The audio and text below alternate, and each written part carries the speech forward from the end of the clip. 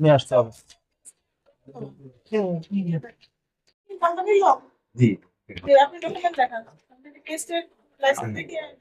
আপনার কি কাগজপত্র, কোনো কাগজপত্র আছে আপনার? না ম্যাডাম, আমাদের এটা তো মার্কেটের ফাইল, আমাদের সার্ভিসের আছে, ব্যাংকের আছে, আর কিছু আছে? আবার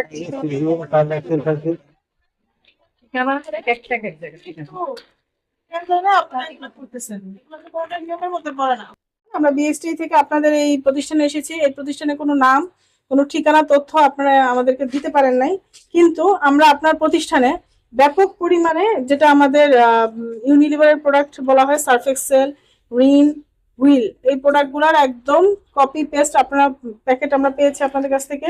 প্রচুর পরিমাণে আপনাদের এখানে তৈরিকৃত গুঁড়া সাবান পেয়েছি, যেটা বিভিন্ন প্যাকেটে বিভিন্ন নামে, ঘুড়ি, এইচ বাদে হুইল, ফাস্ট হচ্ছে গ্রিন, বিভিন্ন নামে আপনি হচ্ছে ডিটারজেন্ট পাউডার এখানে বিএসটি কর্তৃক কোনো ধরনের লাইসেন্স গ্রহণ ব্যতি রেখে আপনি এখানে উৎপাদন করছেন এবং বাজারজাত করছেন, এবং এখানে আপনারা এই প্রোডাক্টগুলো হচ্ছে এখানে মজুত করেছেন। এছাড়াও আপনার প্রতিষ্ঠানের প্রচুর র ম্যাটেরিয়াল পেয়েছি, কিন্তু আপনি যে প্রোডাক্টগুলো উৎপাদন করছেন তার সপক্ষে কোনো লাইসেন্সের ডকুমেন্ট আপনি দেখাতে পারেন না, এবং আপনি এখানে বিভিন্ন নামে ঠিকানা ব্যবহার করেছেন, যেগুলা প্রত্যেকটাই Bangladesh standard and testing institution আইন 2018 15-27 ধারা এবং উদ্যান ও মানদণ্ড আইন 2018 24 ধারার 41 ধারার মতো শাস্তিযোগ্য অপরাধ। আপনি কি অপরাধ স্বীকার করছেন?